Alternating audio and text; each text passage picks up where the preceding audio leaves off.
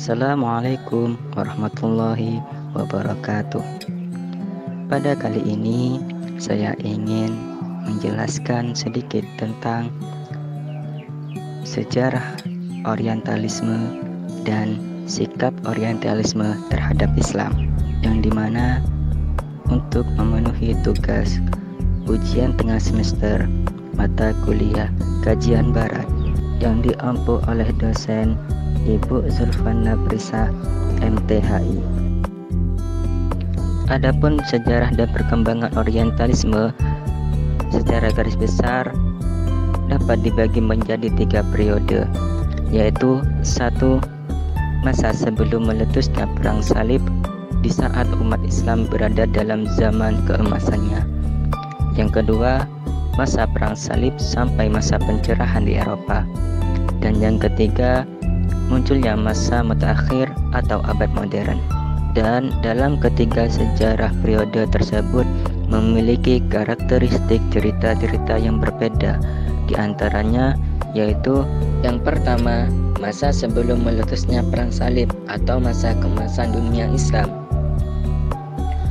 Ketika Eropa mengalami kegelapan, yaitu pada abad pertengahan, Timur dengan kehadiran Islam telah banyak mengalami kemajuan di berbagai sektor, baik politik, sosial, budaya, ilmu pengetahuan, dan lain-lainnya.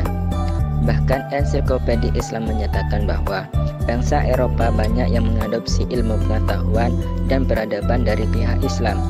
Keberadaan perkembangan Islam yang luar biasa menjadikan bangsa Eropa tertarik untuk melakukan studi di Islam. Mereka banyak yang menerjemahkan Al-Quran dan kitab-kitab ke dalam bahasa Latin. Banyak orang Eropa yang belajar di Andalusia yang konon katanya dulu adalah pusat peradaban Islam. Lalu setelah mereka pulang, mereka menyebarkan di wilayahnya masing-masing. Dalam suasana inilah orientalisme telah muncul dan dimulai dalam suasana yang sebenarnya, walaupun masih terbatas hanya pada satu tujuan, yaitu memindahkan ilmu pengetahuan dan filsafat dari dunia Islam ke Eropa dalam bentuk apa adanya. Dan pada masa ini juga pengkajian terhadap Islam semakin berkembang dan lama-kelamaan dilakukan oleh penguasa dalam bentuk studi penerjemahan. Bahkan mereka mewajibkan menguasai bahasa Arab agar mampu menerjemahkan bahasa Arab menjadi bahasa Latin, yang akhirnya dapat disebarkan kepada masyarakat mereka. Inilah orientalisme awal yang berkembang dengan motif pemindah ilmu pengetahuan agar Eropa dapat maju setara dengan Islam. Yang kedua, masa perang salib hingga masa pencerahan Eropa. Lama-kelamaan, interaksi antara Timur dan Barat dilakukan dengan kontak senjata, yaitu dengan adanya perang salib, yang diakhiri dengan jatuhnya Konstantinopel ke tangan Eropa. Webb dalam bukunya secara panjang lebar mengemukakan bahwa serangkaian peristiwa perang salib di wilayah-wilayah Islam telah memberikan sumbangan yang sangat besar terhadap penyebaran kebudayaan Islam di Eropa dan pengadopsian ilmu pengetahuan yang berkembang di Islam. Pada perkembangan ini, orientalis mengadakan pendistorsian terhadap agama Islam.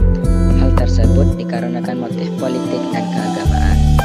Pendistorsian tersebut dilakukan untuk menimbulkan image negatif terhadap Islam, baik dari para masyarakat Barat sendiri maupun masyarakat Timur yang tidak beragama Islam.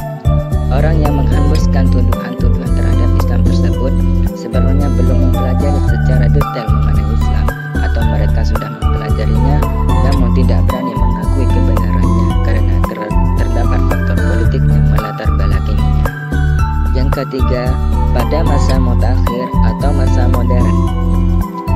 Memasuki masa pencerahan, wujud orientalisme kemudian mengalami perkembangan yang cukup berarti dengan diwarnainya keinginan mereka untuk mencari kebenaran yang didasarkan pada objektivitas kekuatan nasional. Walaupun perkembangan ini tidak sampai pada satu wacana yang Islam sendiri membenarkannya.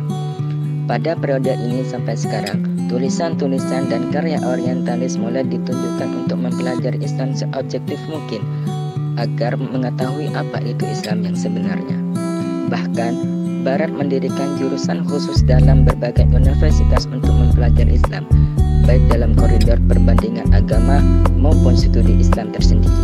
Mereka berusaha mendatangkan guru besar dari kalangan Islam agar mereka memperoleh informasi yang lebih valid tentang Islam. Kemudian, bagaimana sikap para Orientalisme terhadap Islam? Menurut Umar bin Ibrahim Ridwan, dalam bukunya yang berjudul Ara al-Mustaqririn wa Halwa Al-Quran Al-Karim wa Tafsirihi, beliau mengatakan bahwasannya usaha-usaha selanjutnya yang dilakukan oleh kaum Orientalis setelah mempelajari Islam yaitu 1. Berusaha mencemarkan dan mengaburkan nilai-nilai kebenaran Islam agar umat Islam mengalami kebimbangan dalam beragama. Yang kedua, melindungi kaum Nasrani dari bahaya Islam. Yang ketiga, berusaha mengkristenkan orang-orang Islam. Semangat evangelisme ini yang menjadi pendorong dalam melakukan sikap permusuhan terhadap Islam, dan motivasi dalam bidang keagamaan inilah menjadi motivasi dasar Orientalis dalam mengkaji Islam. Semoga bermanfaat. Saya akhiri. Assalamualaikum